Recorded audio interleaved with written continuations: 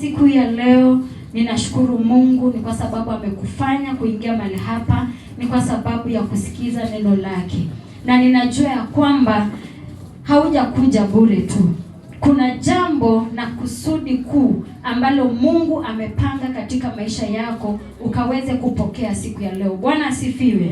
Na mimi ninataka kuzungumza na yule mtu ambaye amekuja akiamini ya kwamba yeye ni shujaa wa imani katika maisha yake. Bwana asifiwe. Nataka kuongea na mtu ambaye ako tayari kusimama kwenye pengo ni kwa sababu ya injili ya Kristo, ambaye ako tayari kupigana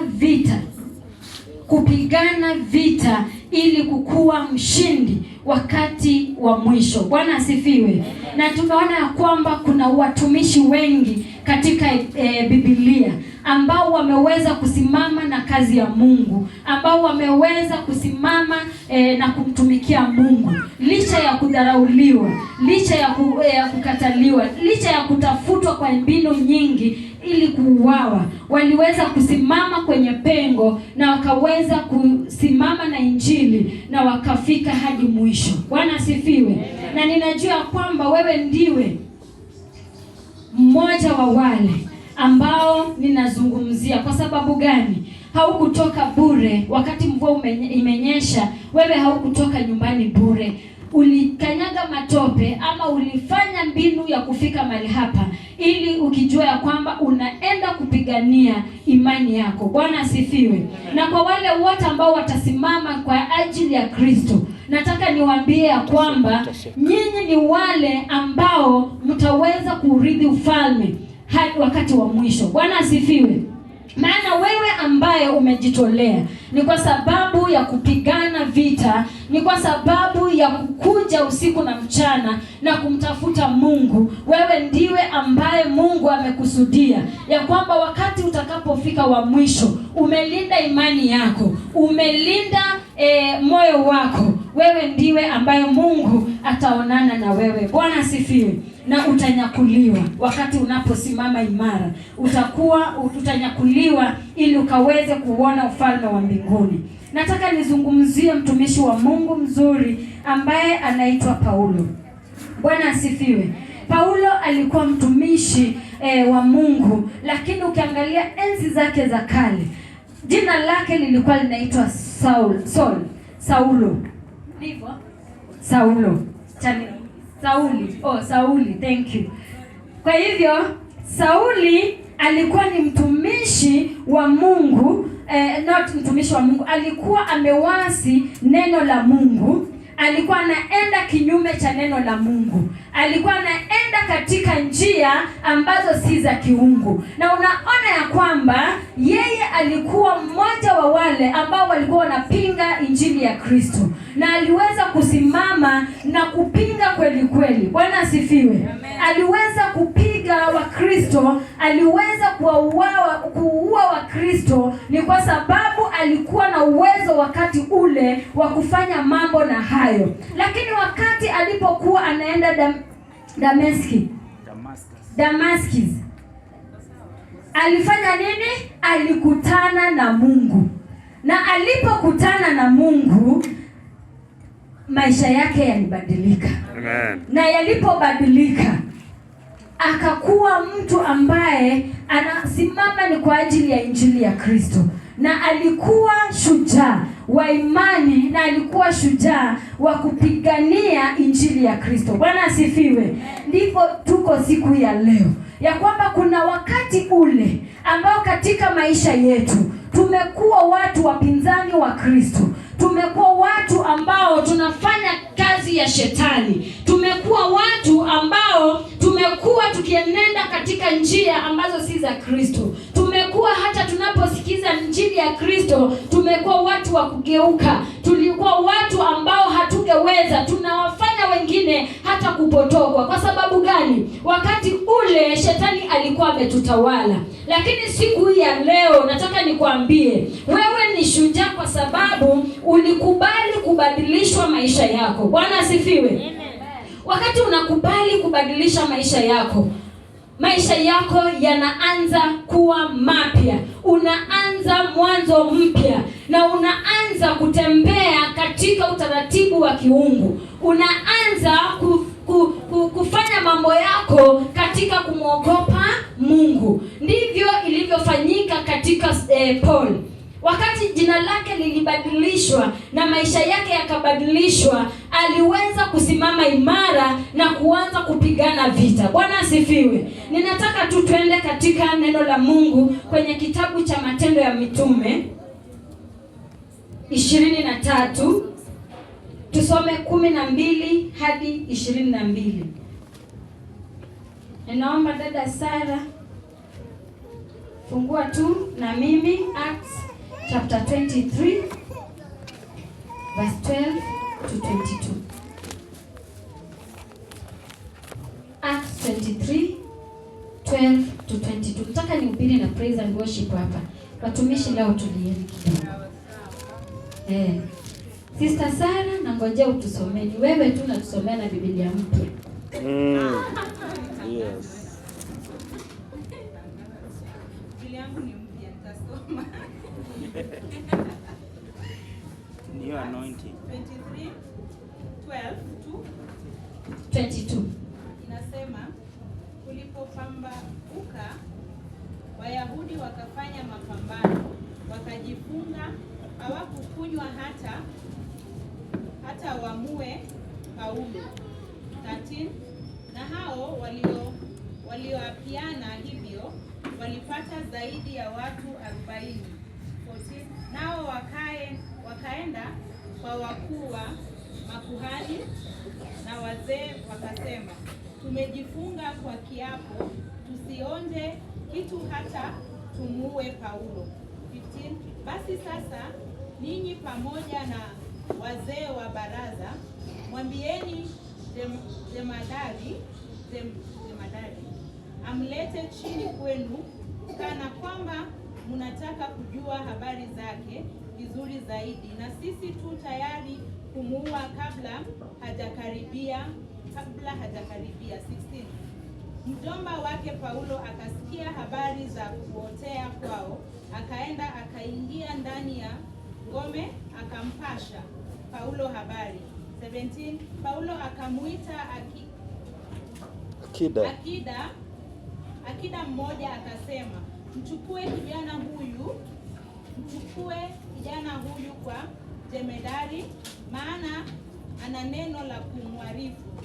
18. Basi akamchukua akampeleka kwa jemedari, akamwambia Paulo, yule mfungwa aliniita akataka nikuletee kijana huyu kwa kuwa ana neno la kukuambia. 19.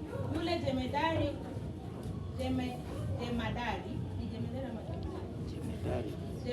jemadari akamshika mkono, akajitenga pamoja naye kando, akamuuliza kwa faraha, una neno gani utakalo kuniarifu? 20. Akasema, Wayahudi wamepatana kuomba umlete Paulo chini kesho, ukamweke mbele ya baraza, kana kwamba wanataka kupata habari zake kwa usahihi zaidi. 21.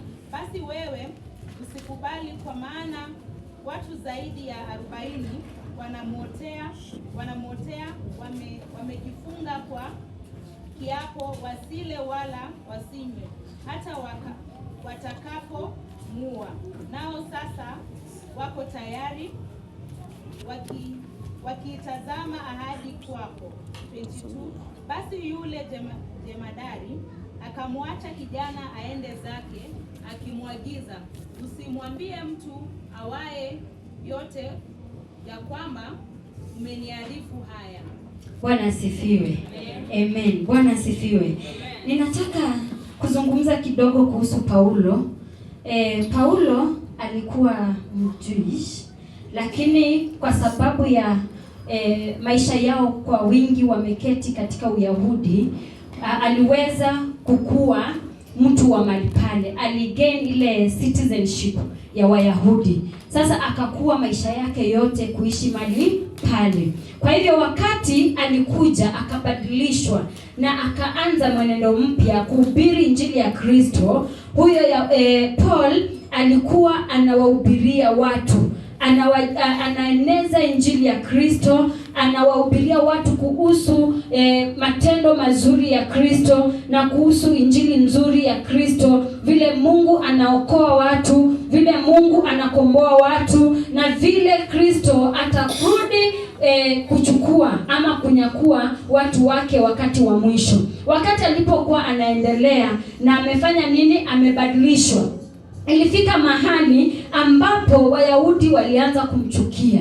Walianza kumchukia maana hawakujua anaweza kuwa mtu wa aina hiyo. Maana kuna mahali ambapo aliweza kuongea. Hawakuwa wanajua hata anaweza ongea lugha yao. Lakini ilifika mahali ambapo angetamka hata maneno katika Kiyahudi. Watu wakaanza kusema, kumbe huyu mtu anakuwa ako hivi na hivi. Huyu mtu ni Myahudi mwenzetu. Kwa hivyo wakati walijua yeye ni Myahudi na anaeneza injili, waliweza kumgeuka na wakaanza kumpiga vita. Bwana asifiwe. Na ninataka nikwambie wewe ambaye siku hii ya leo umekubali Kristo, wewe ambao unaeneza injili ya Kristo na uko mahali hapa, nataka nikwambie wakati unapomkiri na kumtambua Kristo katika maisha yako, kila hali inabadilika. Maana kuna marafiki wako ambao walikuwa wanakupenda, wangekupatia fedha, wangekupatia chochote umetaka, lakini kwa wakati huo wanaposikia tu ya kwamba Jennifer amefanya nini? Ameokoka, kila kitu kinaanza kubadilika. Sasa Paulo akiwa anahubiri injili ya Kristo akujua. Kumbe Wayahudi walikuja katika kongamano, wakasema ya kwamba siku ya leo sisi hatutakula wala hatutakunywa, tutafunga. Yaani wewe ufunge ni kwa sababu ya mwenzako ambaye analinda imani ya Kristo katika maisha yake. Bwana asifiwe. Kwa hivyo alisema ya kwamba sitafanya nini? Hawatafanya nini? Hawatakula, hawatakunywa mpaka wamuue Paulo. Bwana asifiwe. Lakini wacha nikwambie, wanapopanga, mtu yeyote anayepanga kitu chochote katika maisha yako anajua kwamba kuna Mungu ambaye ni mtetezi, kuna Mungu ambaye ni wa haki, ambaye anaweza kusimama kwenye pengo na kukupigania. Bwana asifiwe. Wao hawakujua ya kwamba huyu Kristo ambaye ananenwa na Paulo ni mkuu zaidi na anaweza kuokoa na anaweza kukukomboa. Hawakujua. Wakaanza kupanga njama mpaka wakaeleza jinsi ya vile wanaenda kufanya nini? Kumuua. Lakini wakati walipokuwa wanazungumza, ashukuriwe Mungu ambaye ni mwaminifu kwa maisha yetu. Kulikuwa na mjomba wake Paulo mahali pale, na akasikia habari jinsi walivyokuwa wanafanya nini? Wanapanga. Na kwa hivyo wakati walikuwa wanapanga na kumfanya mambo yao, hata najua kwamba walikuwa na rehearse vile wataweza kumuinua, vile wataweza kumkata, vile wataweza kummaliza. Walikuwa wana rehearse wakisema ya kwamba wacha tu wakati atakapokuja, hata kama hajafika mahali hapa, tutakuwa tumemmaliza. Wameshapanga na njama yao imeenda sawa. Lakini ashukuriwe Mungu wa Paulo ambaye aliweza kumwepusha na kumsaidia. Wakati walikuwa wanapanga, kumbe huyu mjomba wake alisikia na yeye pia ako ndani mwao. Akatoka polepole akaenda kwa Paulo akamwambia, jomba nikwambie leo kuna mambo yanaenda kufanyika. Wayahudi wako pale na ni wengi sana, kikundi kikubwa. Wamesema wanataka kukuangamiza, wanataka kukumaliza. Sasa Paulo naye kwa hekima akamwambia, enda ukaeleze haya mambo Akida. Wakati walienda kumweleza, Akida akamshika mkono, akampeleka wapi? Kwa mkuu. Bwana asifiwe. Na akaeleza habari zile pale. Wakati alieleza, akasema okay, nimeshukuru sana kwa sababu ya kuniambia, kwa sababu huyu ni mtumishi wa Mungu. Wewe nyamazia hayo mambo, usiambie mtu, wakati unapofanyiwa kitu kibaya na umeweza kulinda imani katika Kristo na umeweza kukaa katika njia ya kumtumainia Kristo, wacha nikwambie hakuna mpango ambao unaweza pangwa kando utakayofaulu katika maisha yako. Bwana asifiwe.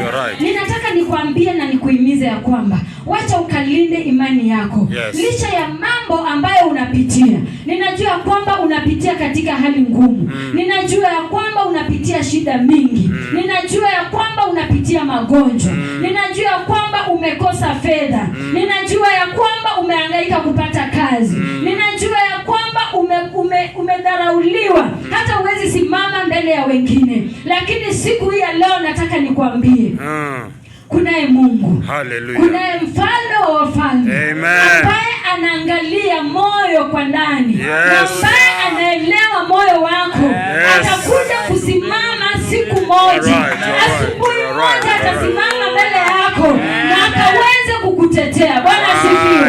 Unajua kwamba wakati mwingine unafika mahali unajiuliza, mimi nitaweza? Mimi nitatoboa? Imani hii mimi nitaenda vizuri kweli? Kwa nini kila mahali ninaenda nakataliwa? Paulo alikataliwa.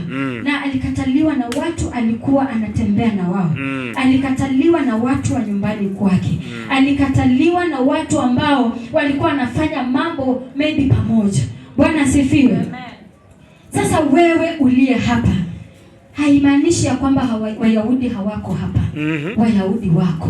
Tunatembea nao. Tunakula nao. Tunafanya mambo zetu pamoja nao. Hata tunatoboa siri zetu kwao, bila kujua ya kwamba ni Wayahudi ambao wanataka kutumaliza. Ninataka nikwambie asubuhi ya leo, ama ni mchana, sijui imefika saa ngapi, lakini nataka nikwambie ya kwamba wewe ambaye umeweka imani yako kwa Kristo, wewe ambaye umeweka tumainio lako katika Kristo, wewe ambaye unamtetea Kristo, unahubiri injili ya Kristo, ninakwambia kwamba hautaweza kuangamia. Hautaweza kuangamia. Mpendwa, ninakwambia, najua hausikii, hautaweza kuangamia. Na katika maisha yako ninajua unahangaika na unababaika, lakini ninakwambia saa hii ninakuelezea ya kwamba hautaangamia. Bwana asifiwe. Kitu muhimu ni kwamba ukaweze kuobey. Obey the word of God. Obey whatever you are reading from the Bible. And do it. Put in action. If God says don't commit adultery, don't commit. As simple as that. Lakini Mungu anakuambia but na wewe hautaki kufuata. Unataka kuwa Myahudi mpaka lini? Bwana asifiwe. Unataka kuwa Myahudi mpaka lini? Mungu amekuambia vizuri, ujitoe kama dhabihu na ukaweze kumtumikia. As simple as that. Na wewe unasema niko na kazi inafaa niende, sijui kuna mgeni, baba yangu, ndugu yangu anakuja, nataka nimshughulikie. Utafanya hivyo mpaka lini? Bwana asifiwe. You are supposed to make a decision, a super one. Bwana asifiwe. Make a decision once for all. I always tell my praise and worship team ya kwamba if you have decided to serve, just do it. Be it you are alone, be it uko na nani, don't see that whoever is there you are alone. And tumika ukijua uko peke yako. Bwana asifiwe. Wakati utaanza kuangalia na Lorina ako hapa na by the way nitaweza, hapo ndio tunaanza kuanguka. Bwana asifiwe. Kwa hivyo ukiwa mahali pale, si lazima ya kwamba ukuje ukwe praise and worship. No. We have a lot of work yenye tunaweza fanya. Kuna vitu mingi ambavyo tunaweza tumikia Mungu. Kutafuta mwenzako na kumhubiria, hiyo ni kazi ya Mungu. Kukuja kanisani, kupanguza kiti, hiyo ni kazi ya Mungu. Kukuja tu kupiga makofi na kuchezea Mungu, hiyo ni kazi ya Mungu. Unapo tu tembea na kusaidia fedha zako huyo mwenye hana, hiyo ni kumtumikia Mungu. Si lazima uonekane mbele ukifanya. Mimi hata upenda zaidi kazi ambayo ninafanya hata mtu asione. Hiyo ndio the best. Bwana asifiwe. Kwa sababu wakati unatamani kuonwa ama kuonekana, hapo ndio kiburi inaingia. Bwana asifiwe. Na wakati kiburi kinaingia, hapo umeanguka, umerudi kwa Myahudi. Bwana asifiwe. Wewe ndio utaanza kuona wivu ni kwa ajili ya wengine. Bwana asifiwe. Wewe ndio utaanza kuangusha kanisa la Mungu. Wewe ndio utaanza kufitini watu wa Mungu na kuharibu kanisa.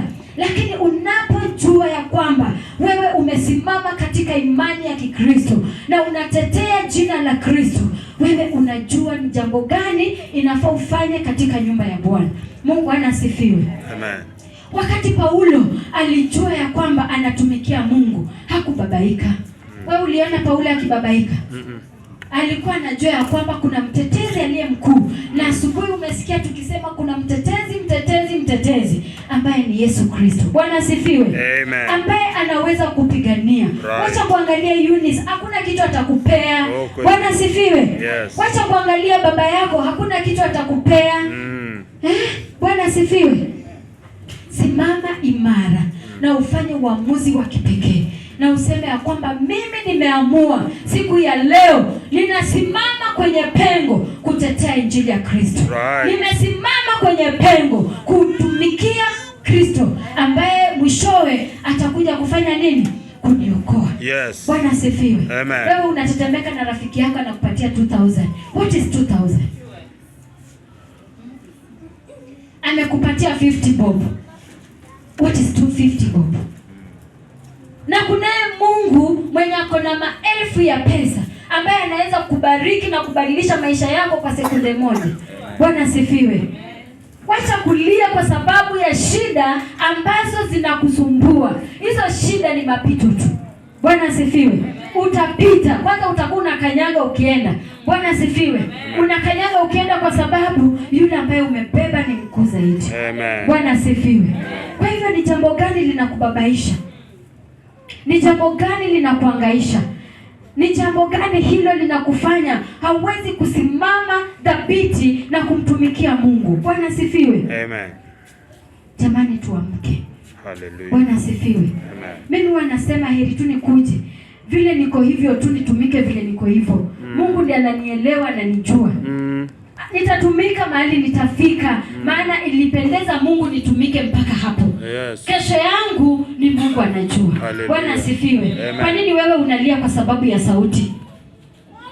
Ati siwezi imba, siwezi fanya nini kwa sababu ni sauti imekosekana. Sijui mimi niliumbwa aje, ninakataliwa. Unakataliwa na nani? Mungu alikwambia amekukataa? Mimi ninatamani sana nikataliwe hata na wanadamu, lakini Mungu anikubali na nikuwe wa thamani katika maisha wengine. Bwana asifiwe. Niweze kuwa na utofauti wakati ninatembea, wakati ninaongea, wakati ninafanya kazi ya Mungu, nikaonekane tofauti na hao wengine, hao Wayahudi, nikaweze kukaa tofauti. Wakati unanionea wivu, wakati unaonea mwenzako wivu, wakati unaonea watumishi wa Mungu wivu, unaenda hadi kwa waganga, unaenda hadi kwa wasali, sijui watu wanafanya nini, vitambaa, wanafanya visanga. Umechanganyikiwa, umepotea, umepotokwa, hata wewe ujielewe. Bwana asifiwe. Ninakwambia asubuhi ya leo ama siku ya leo, ninakwambia ya kwamba iga mfano wa Paulo. Wakati unabadilishwa, kubadilika. Na wakati unakubalika, badilika, tumika katika madhabahu ya Mungu. Hallelujah. Hiyo ni kitu peke yake ambayo tuta benefit from God. Mimi wanafurahia wakati niko katika ibada, ninapomtumikia Mungu, ninapoimba, ninapopanguza kiti, ninapofagia nyumba ya Mungu, ninapofanya nini. That's my joy. Bwana asifiwe. Na wewe unang'ang'ana na nini? Mimi hata sijui nitakula nini. Sometimes wanajiambia vile neno la Mungu linatuambia, we are not supposed to worry about tomorrow. Tomorrow will cater for itself. Bwana asifiwe. Nini unalia saa hii? Sara mara sijui mimi Bwana, sijui nini Bwana, sijui sijui nini. Ai. Bwana asifiwe. Have something important to Christ. So have something to stand before God na kusema Mungu, ninasimama kwa sababu ya nini? Ya injili yako. Mengine yote I leave to you. Bwana asifiwe. Tumetafuta kazi. My friend, tutatafuta tu kazi na nguvu zote zenye tuko nazo, tutatafuta kazi na kila kitu yenye tuko nayo. Hata tutaenda na uongo, tutaenda na ujanja. Lakini wacha nikwambie, kile Mungu amepanga katika maisha yako ndicho kitakachotimia. Bwana asifiwe. Unaweza kuwa unalia kazi na Mungu amekupatia kazi kuu ya kumtumikia, ya kwamba utakula utakunywa wakati unamtumikia. Bwana asifiwe. Na wakati unafika kumtumikia, Mungu mwenyewe ataleta fedha, Mungu mwenyewe atakushughulikia. Bwana asifiwe. Amen. There's a time nikiongea hivyo, there's a time nafika mahali sina and I need, my children need to eat. Si ndio?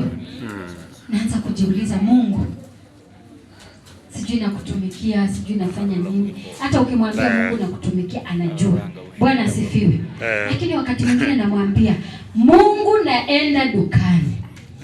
Nataka watoto wangu kula. Umeniambia fedha na dhahabu ni za. Nachukua bag na natembea. Naenda. Vile itapatikana God knows. Bwana asifiwe. Sio mimi kuhangaika. Siwezi hangaika kwa sababu ati niende niongee uongo, niseme mambo hakuna.